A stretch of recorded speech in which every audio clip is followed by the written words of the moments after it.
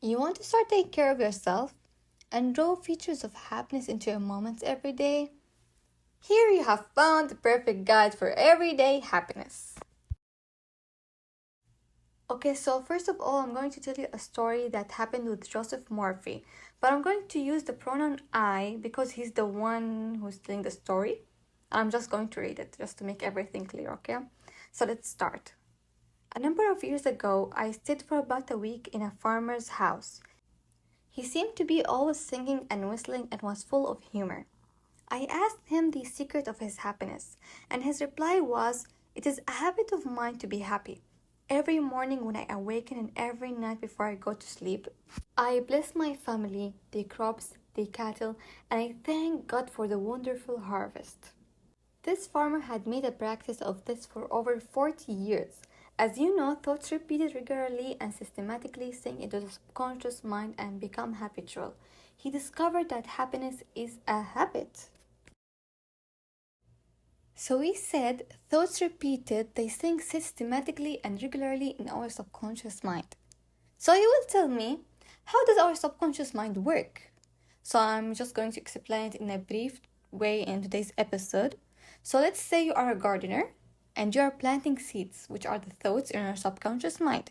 And our seeds will be, I am beautiful, I am pretty, I am confident, I live in peace, I am happy, I just do the right actions. So we will think quietly and with interest on these qualities, and we will accept them fully in our conscious reasoning mind. We will continue to plant these wonderful seeds in our garden, which is our mind, and then we will reap a glorious harvest. You should know that your subconscious mind controls all of your body functions. That's why some people, when they are stressed, have a chance of getting irritable bowel syndrome because they keep planting poisonous seeds into the subconscious mind. Like, I'm not enough, and that's why I won't be able to make it. But we will do quite the opposite of those poisonous words, or thoughts, or seeds, or whatever it is. Okay, so what we will do is we will start planting happiness seeds every day. Either you search on Pinterest for a list of good affirmations, like the one I'm displaying, or you can make your own list. You can say, I'm the luckiest person in the world while looking at the mirror. I am happy, I am beautiful. Whatever you want to feel today, just say it, okay? And plant these seeds and believe in what you're saying. Fake it till you make it, okay? And as Muhammad sallallahu alaihi wasallam said, hope for the best and you shall find it. And as Emerson, America's foremost philosopher, said, a man is what he thinks all day long. So what we will plant in our subconscious mind, we will get at the end. Just please plant our lovely seeds every day. And if you are a Muslim, I advise you to read morning and evening dhikr and also ask for forgiveness by saying astaghfirullah, as Allah promises al-mustaghfirin to not be sad. And when we are speaking about istighfar, it doesn't only bring happiness, but it opens lots of closed doors in your life. Trust me. Then we will give thanks for all our blessings in our life. I encourage you to write down 3 things you are thankful for in your life every day. Just concentrate on the things around you and on the happy events you have had in your life. Even a small one that has brought a smile to your face. As Allah said in Quran, Surah Ibrahim, Ayat 7, if you be thankful, I will give you more. So be thankful and say Alhamdulillah for everything you have throughout your day. Even simple things, because some people out there don't have it. Then we should know if you really desire to be happy. Because you must, it is a must to sincerely desire to be happy. Nothing is accomplished without desire. Desire is a wish with wings of imagination and faith. Imagine the fulfillment of your desire and feel its reality, and it will come to pass. Then you should know that you cannot buy happiness with all the money in the world. Some millionaires are very happy, but some millionaires also are very unhappy. But we can say that money sometimes makes us feel happier for a moment by buying something we really wanted, like buying a chocolate that is very delicious, or buying a concealer from Sephora, or even when you go on a nice vacation to a beautiful place that makes you happy. This also needs money, let's be honest. However, we will go back to our previous point, which was being thankful and grateful. Not everyone feels happy when they buy things they want, but vice versa.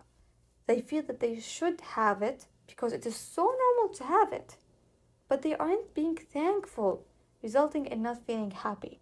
So it is not necessary to be a billionaire to be the happiest person ever. Wish for others what you wish for yourself.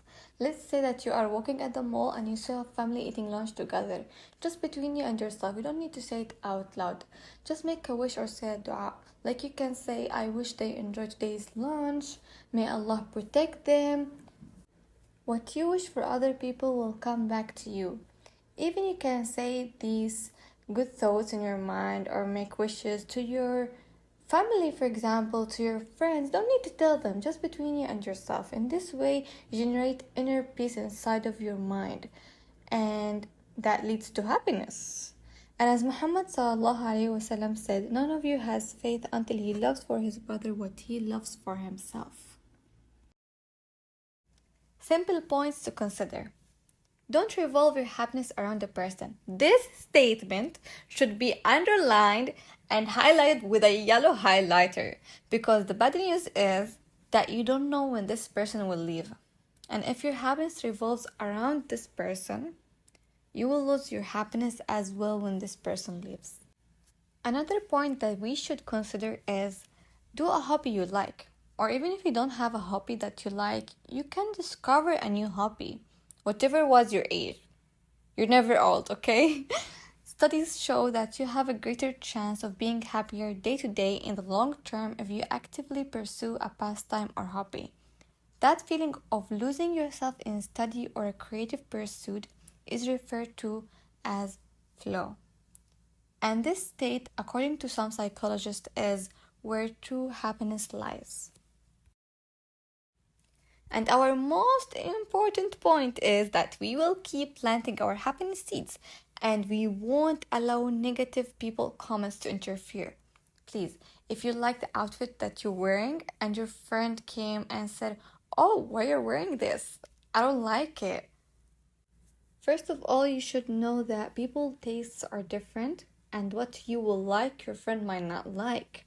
So I know that this comment might interfere with you the whole day and mess with your brain, and it will lower your confidence, and you will just keep looking at people and you will feel like they are all hating on your outfit. So what you will do is, if you didn't reach the level of high confidence, just say inside of yourself and keep planting the seeds that are saying, "Oh, I like my outfit. I like my outfit. That's why I chose it. That's why I went out with it. And I'm comfortable with my outfit." And you will just keep saying those things to yourself whenever you feel like the comment that she said is interfering and messing with your mind. We want your day to go so well, and we want you to be happy. We don't want this negative comment to ruin your whole day. Our next simple point is smiling and charity. As Prophet Muhammad ﷺ said, your smiling in the face of your brother is charity. When you smile to your family, when you smile to your friends, when you smile to a kid in the street who is completely stranger, you don't know him, and he smiles back to you, don't you feel happy? And when you give charity, either to people or to animals, in any various way, don't you feel a feeling of reward inside of yourself? So, if you want to be happy, do the simplest things. Give charity in any various way, either by smiling, either by helping, either in any way that you can help. You'll feel a feeling of reward inside of yourself. And now we reached maybe near the ending of today's episode. As Anas Bochash said, happiness encompasses many things. It is not supposed to be a goal. Happiness is like a balance scale. Sometimes tilts upward, sometimes tilts downward. But how can we be more up rather than down?